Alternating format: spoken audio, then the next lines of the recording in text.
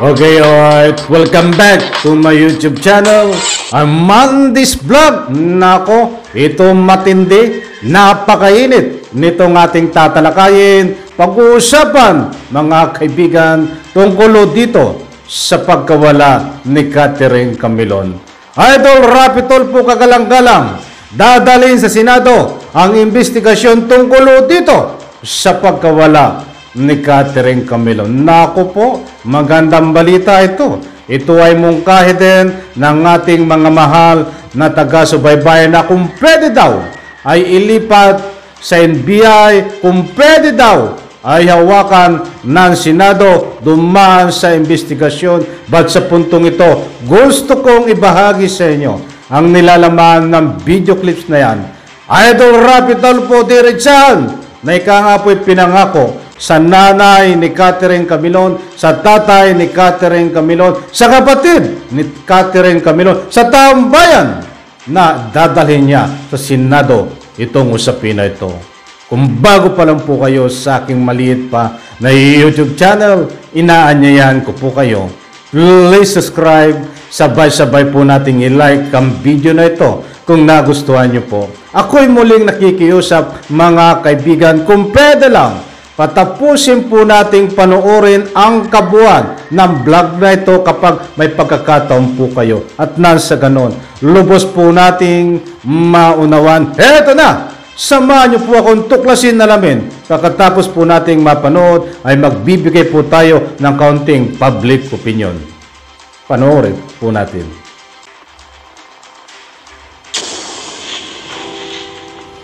Okay. Dadalhin ko po ito sa Senado in aid of legislation.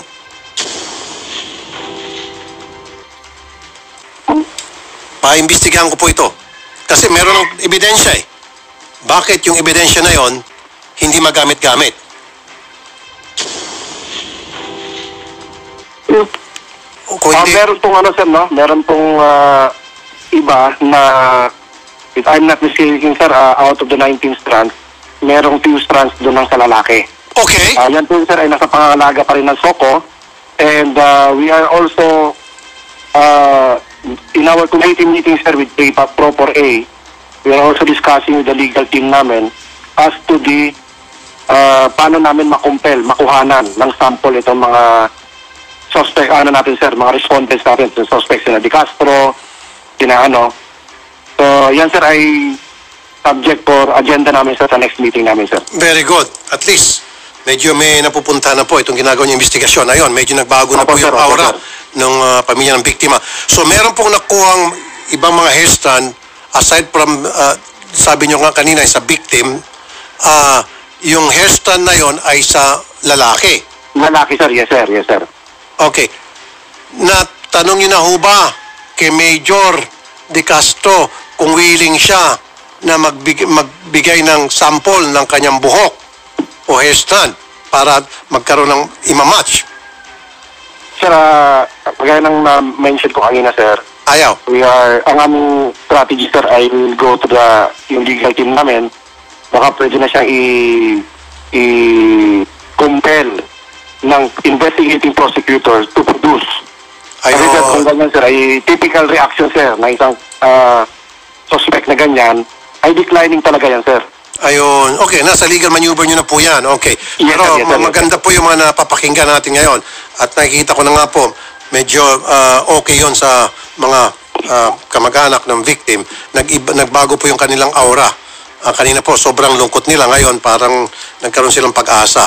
So, sige po, at kinukonsulta nyo po sa inyong pong legal team kung paano po maobliga itong mga person of interest. Tama? Yes sir, makumpel po, makumpel sir. Oo, okay. Sige po, Colonel, from time to time, paki-update na naman po yung mga kamag-anak ng victim, po, maging kami kung Yes pwede. sir, yes sir, yes sir. Next week sir, iikot din kami sa kanila sir, sa family nila, para ma-brief namin personally, as to the next step ng legal procedure. Ano yung mga asahan din, para hindi naman sila mabulaga sir. Isa pa po, Colonel. Ito, maybe this is a long shot, but try it anyway. Wala nang mawawala. Yes. So, pwede niyo po sigurong i-request sa mga relatives, kasi baka mamaya meron dyan mga relatives ni Major De Castro na gusto talaga malaman ang katotohanan at hindi nagkukonsinti ng mali, they were willing to submit themselves na para doon sa DNA matching. Yes, sir. Kasi kung kunyari, tatay o kapatid, sino sa inyo dyan, kamag-anak ni Major De Castro, pwede ba kami gumawa ng cross-matching sa DNA testing? Pag pumayag, bingo. Di ba, sir? Yes, sir. Pwede po yun, sir. Actually, sir, meron po kami mga informal efforts dyan, sir. Doon mismo sa area. And we are also tapping the help of LGU at saka yung mga dating police din, sir, na makakatulong. So, we're hoping for the best, no, para lahat tayo ay mabigyan natin ng hustisya yung pamilya at harapin na, sir, kung may problema talaga itong si Major De Castro. Ito. Opo. Ganon din po siguro yung mga kamag-anak ni Jepoy, di ba? Kasi... Yes, sir. We're very happy nga, sir. Salamat din kami, sir, sa pressure po ninyo. At sumuko, sir. Opo. We do not know as of now as to his motive.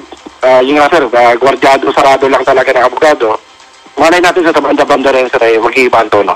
Actually, nag-ano ako ng reward dito ng 500,000 sa sino man makapagtuturo sa kinaroroonan ni Jepoy. Hindi ko ibibigay ang reward kasi siya mismo ang kusang lumutang eh. Yes, Diba? sir. Tama po kayo, sir.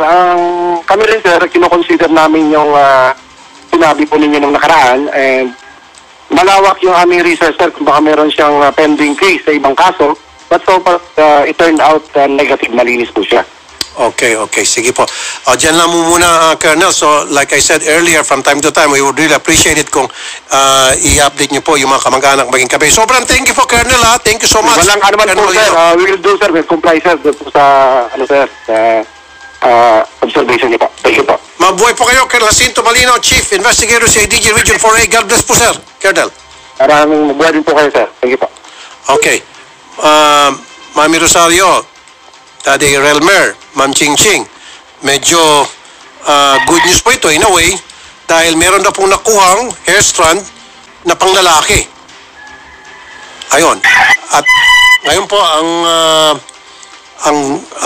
ang goal ng ating kapulisan, which is tama nga naman, kakausapin nila yung kanilang legal team kung paano makumpel o maobliga itong mga person of interest na magbigay ng sample ng kanilang hair strand para sa cross-matching. Kanina nga, nag-suggest po ako, ma'am, na baka may kamag-anak yung mga person of interest na willing mag-submit. Di ba? Yes, o sige, hindi ko konsintihin kung mali talaga ng kamag-anak ko. Ayoko ng gano'n. Sige, i-testing nyo ako. Kunin nyo ako ng sample para i-cross-match dyan sa nakuha nyo ebidensya. Pwede, gano'n mangyari. Okay, sige po. Ma'am Rosario, ano pong reaksyon nyo doon po sa mga napakinggan nyo pong aking panayam kay Colonel? Napakagaling itong si Colonel Malinaw at very clear yung kanyang mga sagot sa atin. Ma'am. Nagpapasalamat po kami sa lahat ng natulong at lalong higit po sa inyo, Senator. Maraming salamat po sa inyong puspusang pagtulong sa amin at kami po ay talagang naasa. Araw-araw po ay kami naghihintay ng magandang balita para po sa kaso ng aming anak. Wala na po kaming ibang hihilingin pa kundi ang magkaroon ng linaw. Ang problema po na ito para po makita namin at maintindihan kung ano po ba talaga kung nasaan po ang aming anak. Maraming salamat po, Senator, sa inyo, sa buo pong staff ninyo, lalong higit po sa inyo. Salamat po ng marami. Magkakaroon din po ito ng linaw at yun po ang aming inaasahan. Okay. Ito po din masasabi ko po, ma'am, halimbawa, nagdili-dali ang ating kapulisan all of a sudden, okay? Dadalhin ko po ito sa Senado in aid of legislation. Paimbestigahan ko po ito. Kasi meron ng ebidensya eh. Bakit yung ebidensya na yon hindi magamit-gamit? Paano in the future we can use such kind of evidence na na-retrieve sa isang crime scene? Yan po, pwede kong dalhin sa Senado yan.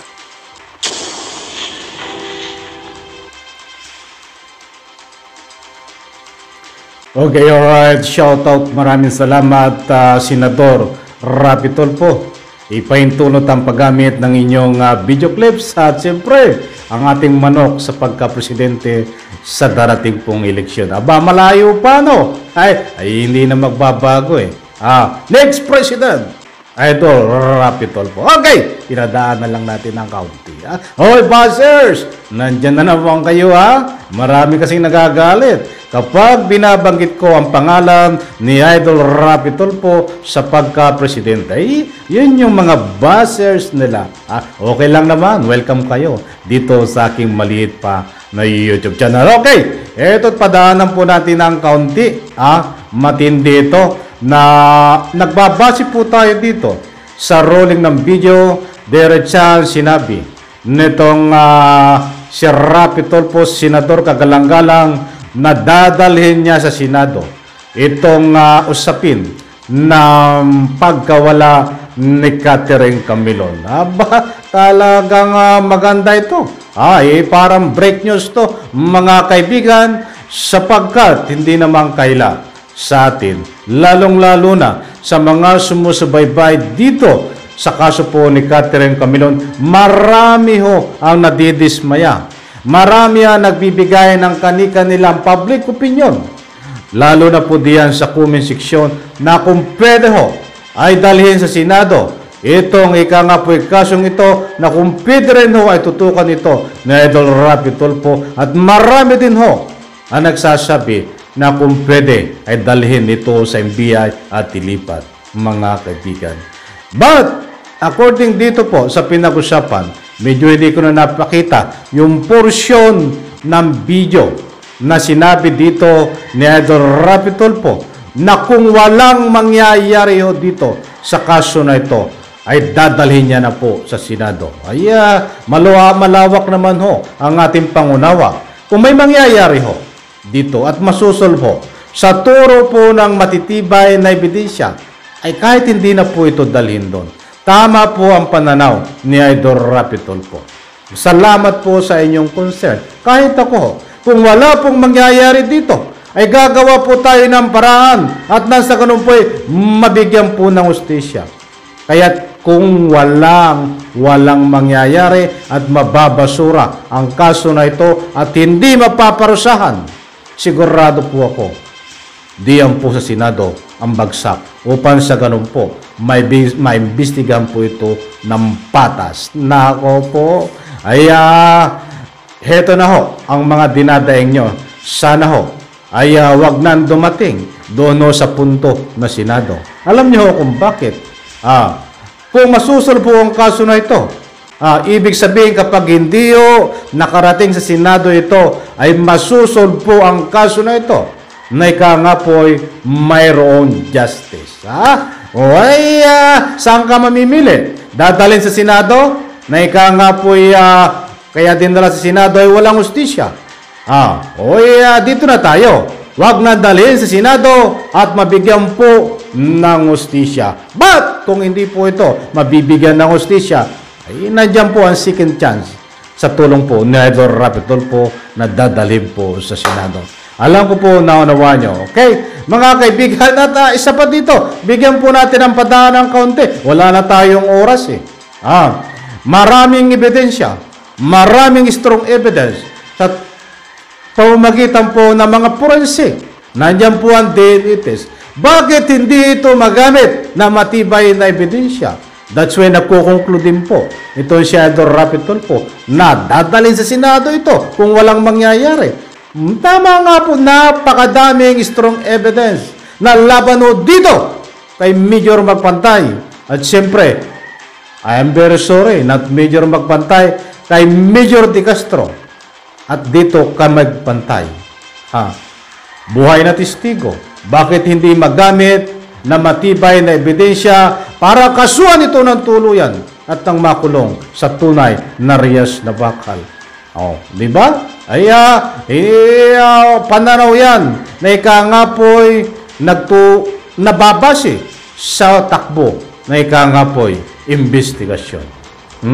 Nakakalungkot mang isipin, di ba? Parang sila pa ngayon na nagmamalinis ang kampo ni Major De Castro at itong ni Magpantay. Ay kung wala pong ebidensya, hindi po masasabi natin yan, mga kaibigan. At siyempre, ang huling nakuha nasa pangangalaga ito, na nga po'y kinaukulan, mayroon pong isang buhok na sa lalaki, identify, sinuri na. But, ngayon ay gumagawa sila ng paraan kung kanino ito itutugma. At siyempre, ay nandyan, no, dapat bakuna ng sampol itong si Major De Castro, mga kaibigan.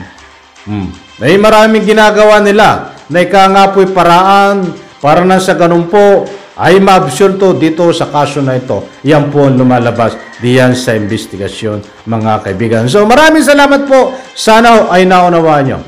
Dito sa ating pagtatalakay, maliwanag naman po, uulitin ko, dadalhin sa Senado ang kaso na ito kung walang mangyayari dito sa investigasyon ng mga kinaukulan, mga kaibigan. Pagpalain po tayo lahat. Ay pasensya na po sa mga nagpapa-shoutout. Ang dami nagpi-PM sa akin at gusto magpa-shoutout. Wala po tayong oras. At sige, habol natin yung iba. Shoutout to Rochelle Rianzares.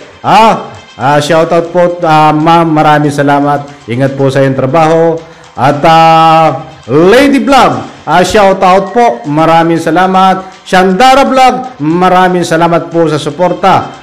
Muli po shoutout Ma'am Rochelle Rianzares. Maraming salamat din po. Pagpalain po tayo lahat. Bye-bye. Palakpakan.